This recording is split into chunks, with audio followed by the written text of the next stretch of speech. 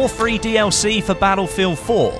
This is a way to keep players full and fed on the run up to Battlefield 1. DICE have been making their DLCs free every few weeks so that all players can download them and have access to more content for what is now a great first-person shooter. Maybe you haven't played the game for a while, this might encourage you to come back and play it a little bit more, or now you've got the chance to play with some of your friends who had Premium when you didn't. This week, it's the turn of Naval Strike, which for me is probably the most direct DLC of all of them that have been released, and one that I think deserves a lot more credit for when it actually launched. Various issues were happening with Battlefield 4 when this DLC came out, but overall, I do think this DLC is very, very good, specifically the game mode. So let's have a look at what you can get and see whether you think it's worth it. Naval Strike, as the name might suggest, is all about naval combat. Large open maps focusing heavily on water-based warfare, mixed in with some great infantry areas, and a huge sky arena for chopper and jet pilots to fight it out. We get 4 maps, as with every other DLC for Battlefield 4, and I'm just going to go through them very quickly on the screen so that you can get an idea of what they play like.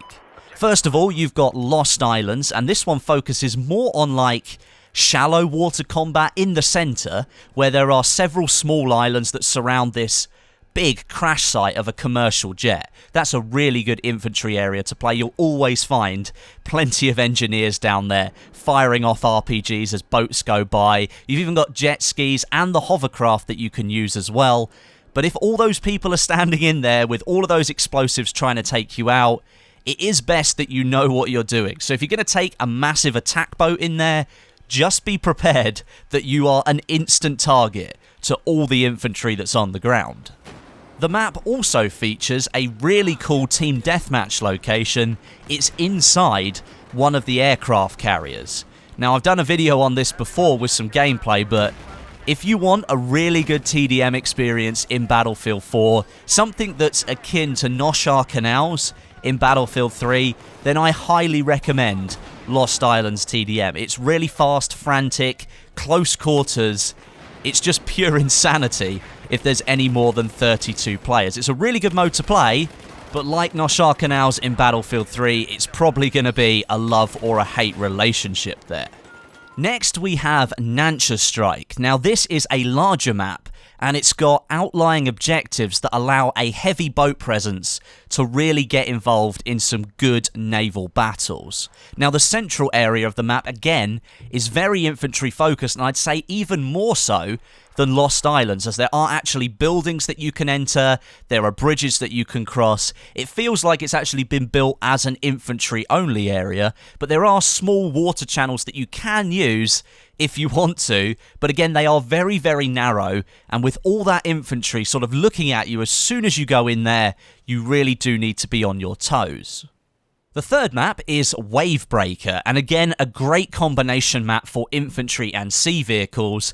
This time, though, offering a really large submarine base as the main focus point. This provides a really good section of the map directly to the infantry players, where they can fight it out in the storage and the operations rooms, and even on top of a grounded submarine right in the centre.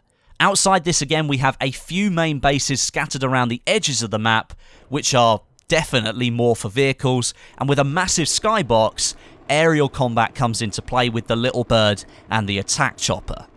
And finally, the fourth map, Operation Mortar. This map is really good fun. You've got calm, flat waters which circle around a large central group of islands, with an old ruin standing at the top of the hill in the centre.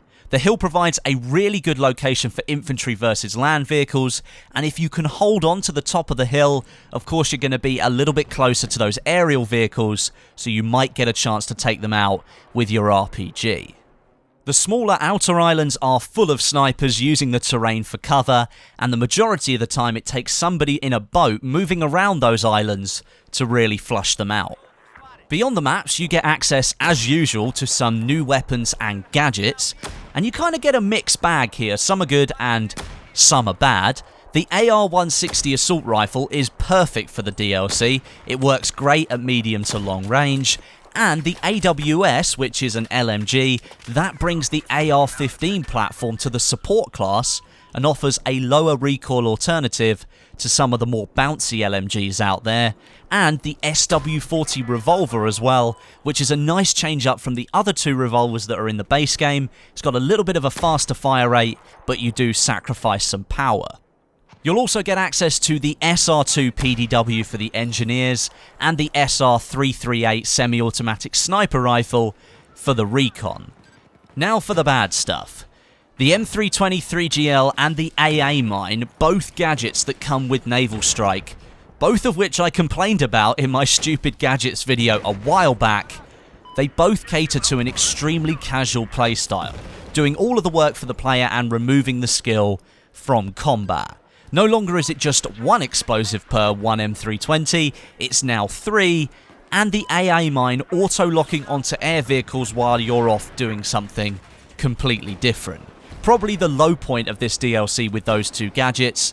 In my opinion, they weren't needed, and to be honest, nobody really uses them now. And finally, perhaps the showpiece of this DLC is the game mode, and that's Carrier Assault. This is a reimagined variant of the Titan game mode that was present in Battlefield 2142 and requires players to break down the enemy aircraft carrier's defenses to open it up and then infiltrate it. The first stage of the mode works very much like Conquest, requiring the teams to capture and hold missile launch sites that are scattered all over the map. When your team holds the objective, this periodically fires missiles at the enemy team's carrier. Once the enemy carrier, or your own carrier, hits 50% damage level, the hull of that carrier will blow open, and either you'll need to defend your carrier or attack the enemy one. When the hull opens up, you'll need to blow up 2 MCOM stations in the hangar of the carrier and the other in the engine room. This mode combines Conquest and Rush and is probably one of the most PTFO game modes in the game. You really need to be focusing on keeping those missile launchers pointed at the enemy team's carrier, and then you need to remember to engage in that final push inside the carrier to win the round. Naval Strike is a DLC that will please mostly the player who likes to use vehicles, specifically naval vehicles. But with plenty of infantry locations like the sub-base on Wavebreaker and the TDM zone on Lost Islands, and with sky's the limit basically on air vehicles, the skybox is just massive in this DLC. There is something here for everyone to enjoy. But if you want to experience the DLC in all of its glory, then I'd highly recommend that you go and play the Carrier Assault mode. It's really rewarding when your team win. Everyone has to pull together to help win the round. You can grab the DLC for free now. Check the link in the description and it'll take you to the download page. Just pick your platform and get your hands on it. Thanks very much for watching. Leave some comments below. I do read them all and reply to as many as I can. But until next time, my name is Westie, and I'll catch you guys in the next video.